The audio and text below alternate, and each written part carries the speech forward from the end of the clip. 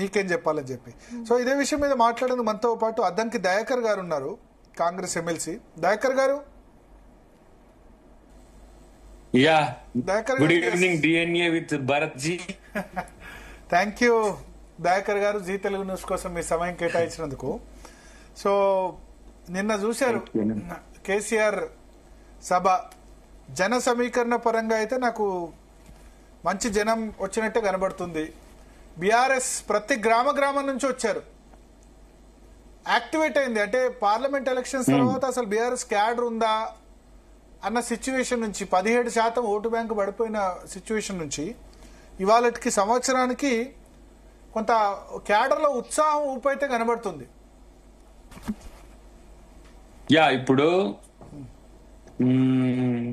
ఓడిపోబోయే ముందు కూడా పెద్ద మీటింగ్ పెట్టిండు కేసీఆర్ గారు. ఏది ఖమ్మం సభ అనుకుంటా కదా, అది కూడా 10 లక్షల టార్గెట్. అది కూడా అప్పుడు మనోడు కేజ్రీవాల్, ఆయన పంజాబ్ సీఎం, ఇంకెవరో అందరిని పిలిచిండు, చూసిండు కదా. మళ్ళీ ఓడిపోయిన తర్వాత కూడా మళ్ళీ అదే మీటింగ్ పెట్టిండు. సో దీంట్లో పెద్ద తేడా ఏం లేదు. మీటింగ్ అనేది మనం ఆర్గనైజ్ చేయదలుచుకుంటే ప్రతి గ్రామం కాదు, ప్రభుత్వంలో ఉన్న వాళ్ళం 20 లక్షలు కూడా చేయగలుగుతాం. రేవంత్ రెడ్డి గారి పిసిసి ప్రెసిడెంట్ గానే ఎంత పెద్ద మీటింగ్లు చేసినా మనం చూసినాం. సరే, మీరు సభ సక్సెస్ ఆ ఫెయిల్యూర్ అంటే ఫెయిల్యూర్ అనలేము కదా మనం. అపోజిషన్ లో ఉండి వేరు కదా సభలు పెట్టడం. అపోజిషన్ లో ఉండి కూడా మనం కూడా పెట్టినాం. అదొకటి. మనకు మొత్తానికి సభకు 10 లక్షలు అంటే ఎవరేమి లెక్క పెట్టి ఎక్కాలేం చెప్పారు, కానీ సభకు జనం వచ్చిందా రాలేదంటే వచ్చిందనే కదా మనం చెప్పాల్సింది. దాంట్లో ఇంకేం విభేదాలు ఇంకేదో ఇంకా దాంట్లో సెకండ్ థాట్ అయితే లేదు కదా. అది సో దాంట్లో మనం ఉన్న కంటెంట్ మనం కొంచెం మాట్లాడుకోవాల్సిన సందర్భం వచ్చింది. ఇంతకు ముందు సోదరి మాట్లాడింది కదా, ఇంతకు ముందు కేసీఆర్ ను చూసినాం కదా అనే ఒక చర్చ వచ్చింది కదా. అలాంటప్పుడు ఇంతకు ముందు కేసీఆర్ వచ్చిండా అంటే మీకు తెలుసు, చాలా సంవత్సరాలుగా కేసీఆర్ తో మేము కూడా మూమెంట్ లో కలిసి ఉన్నాం, పార్టీలో లేం గాని చూసినాం కదా. ఏముంది కొత్త సీసాలు పాత సారా అన్నట్టుగా కొత్త ఏమైనా ఉన్నాయా అంటే మీ అబ్జర్వేషన్ మళ్ళీ మీరు మీ ఏమంటారు డిస్క్రిప్షన్స్ లోనో మధ్యన ప్రశ్నల రూపంలో ఎదురు, కానీ అబద్ధాలకు పెద్ద కొడుకుగా మారిపోయిండు మనోడు.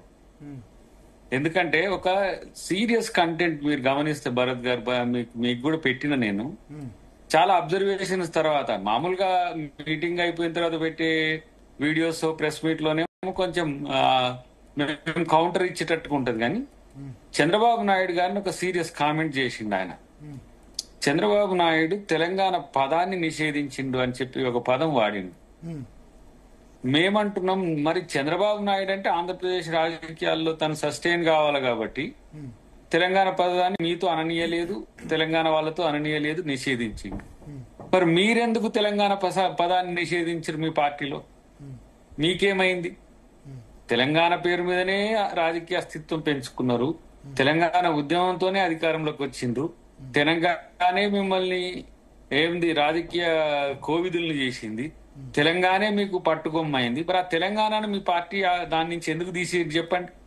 భారత రాష్ట్ర సమితిని పెట్టుకోవాల్సిన స్థితి ఎందుకు వచ్చింది? కాబట్టి దాని విషయం ఒకటి. అంటే మేము తెలంగాణ మేము సాధించిన వాళ్ళం, ఛేదించిన వాళ్ళం ఇట్లా అని చెప్పుకునేటప్పుడు తెలంగాణ అనే అమ్మకు మీరే ద్రోహం చేసిందని గతంలోనే చెప్పిన. తెలంగాణ అనే పదం మీరు మీ పార్టీ నుంచి తీసేయడమే మీ పతనానికి మొదలు అని కూడా నేను చెప్పిన. మళ్ళీ ఇప్పుడు తెలంగాణ పెట్టుకుందామా ఆంధ్ర పెట్టుకుందామా అనే చర్చ ఒకటి. రెండవది మీరు చూస్తే